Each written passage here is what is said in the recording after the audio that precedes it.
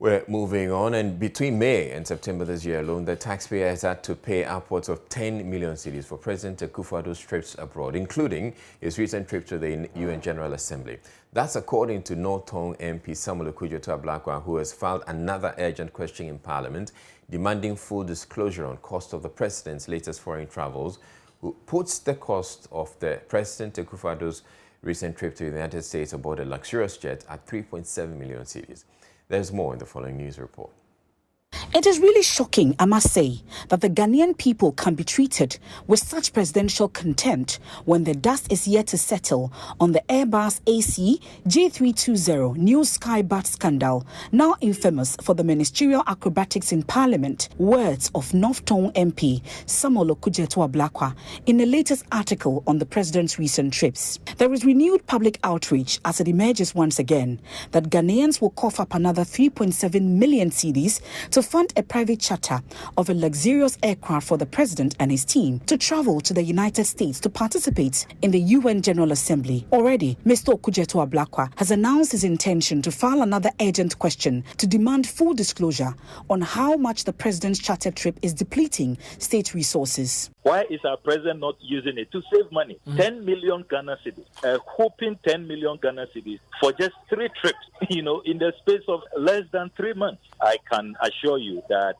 we will pursue these 2 other recent trips. The presidency has, however, declined comment, saying the matter is an issue of national security. They also confirmed, however, that Liberia President George Weah used the country's presidential jet for the ECOWAS meeting here in Accra, granted based on a request made to the office of Ghana's president. An online video we have cited show the Falcon landing on the tarmac with the inscription Republic of Ghana, with Liberia President George Weah in white apparel stepping out of the presidential jet. When the ministers of Finance and Defense, Ken Oforiatta and Dominic Netiwol, appeared before Parliament on the cost and whether the presidential jet was fit for purpose when the matter came up earlier this year, this was their response. Mr. Speaker, the President's domestic and international travels are matters to do with national security.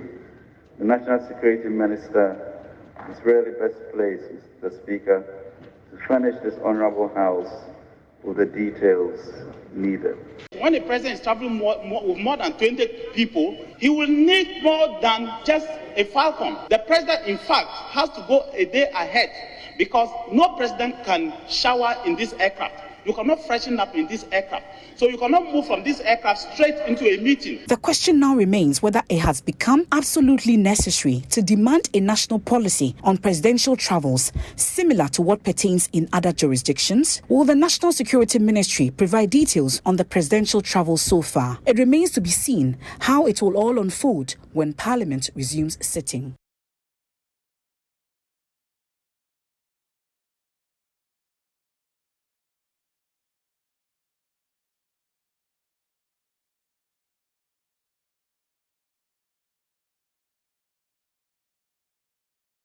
Right, so there's been a number of reactions to this report. First of all, we have the Deputy Majority Leader in Parliament, Alexander Afenyo-Marking. He is saying that his colleague Samuel Okudzeto-Ablakwa's questioning of President Akufo-Addo's travels is born out of political mischief. And he said this, according to him, is because the Tongu MP during the tenure of the former President John Mahama in President Mills did not raise any objection to the use of chartered flights by the former heads of state or the travel costs of their ministers. Speaking on Top Story Wednesday, Mr. Afenyo-Marking said that he, Ablakwa himself, some weeks back, when talking about luxury travel, said that ministers of state were flying business.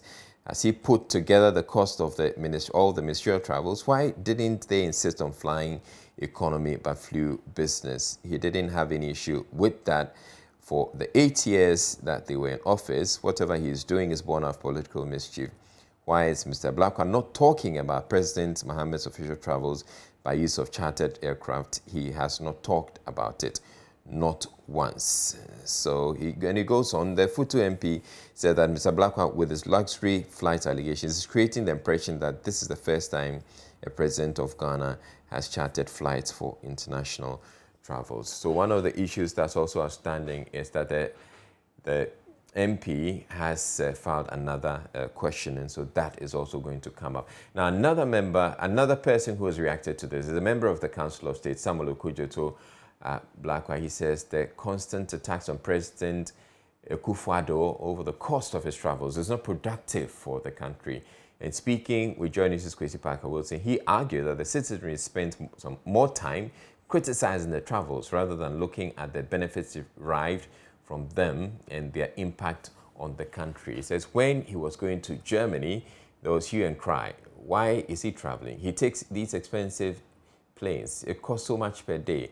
People do not understand what diplomacy is all about. Diplomacy is an expensive process, but there are always benefits. So these are some of the reactions that have come following the latest criticism of the president's travels using jets by MP for North Tongu, Samuel Okudzeto Blakwa.